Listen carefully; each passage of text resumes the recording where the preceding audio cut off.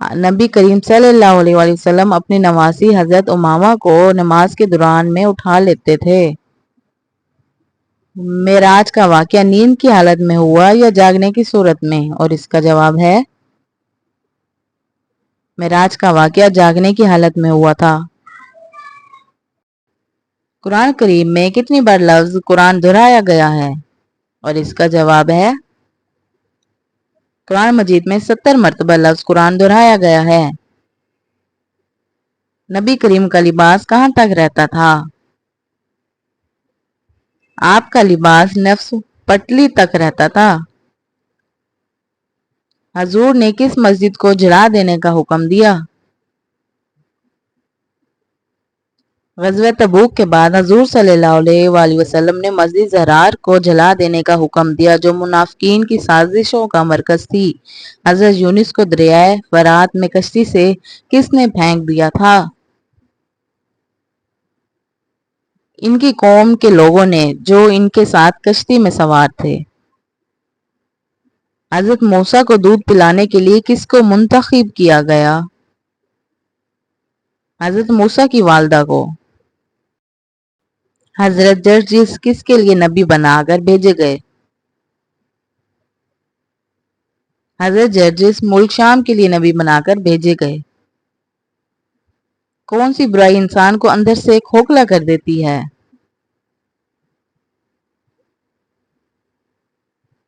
حسد۔ کس سورت کی تلاوت بیماریوں سے شفا دیتی ہے؟ اور اس کا جواب ہے سورہ فاتحہ۔ قرآن پاک کی سب سے لمبی آیت کون سی ہے؟ اور اس کا جواب ہے سورۃ بقرہ کی آیت دین۔ کون سی سورت پڑھنے سے جادو کا اثر کم ہوتا ہے؟ اور اس کا جواب ہے سورہ بقرہ۔ قرآن میں کون سا گناہ ناقابل معافی ہے؟ اور اس کا جواب ہے شرک۔ قرآن مجید کی کون سی سورت ہر آیت میں لفظ اللہ پر مشتمل ہے؟ اور اس کا جواب ہے سورۃ مجادلہ۔ حضرت نوح علیہ السلام کی کشتی کتنے سال میں تیار ہوئی؟ اور اس کا جواب ہے 2 سال۔ سب سے پہلا کافر کون تھا؟ ابلیس۔ بچوں میں سب سے پہلے کس نے اسلام قبول کیا؟ اور اس کا جواب ہے حضرت علی رضی اللہ تعالی عنہ نے۔ زمین پر سب سے پہلے چشمہ کون سا تھا؟ اور اس کا جواب ہے آب حیات۔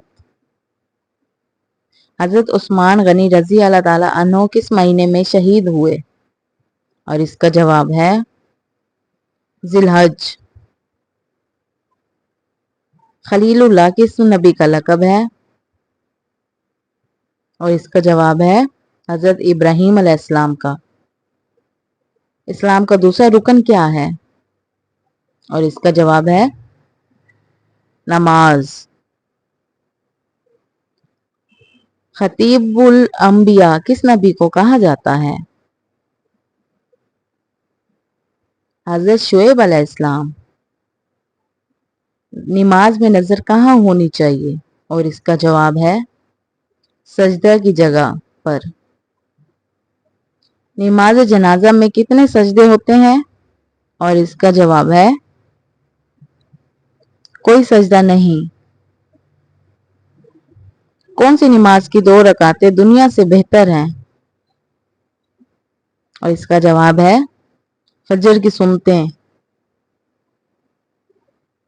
جمعے کی نماز میں 2 اذانیں کیوں ہوتی ہیں؟ اور اس کا جواب ہے خطبے کے اعلان کے لیے۔ زمین پر سب سے پہلا گھر کون سا ہے؟ خانہ کعبہ۔ بیت المقدس کی بنیاد کس نے رکھی؟ اور اس کا جواب ہے حضرت سلیمان علیہ السلام نے۔ مسلمانوں کا پہلا جھنڈا کس رنگ کا تھا؟ اور اس کا جواب ہے سفید رنگ کا۔ کن دو چیزوں سے لوگ جنت میں زیادہ جائیں گے؟ اور اس کا جواب ہے حسن اخلاق اور اللہ کا خوف۔ کون جنت کی خوشبو سے محروم رہے گا؟ اور اس کا جواب ہے والدین کا نافرمان بندہ۔ جنت کی حوروں کی عمر کتنی ہوگی؟ اور اس کا جواب ہے 17 یا 18 سال۔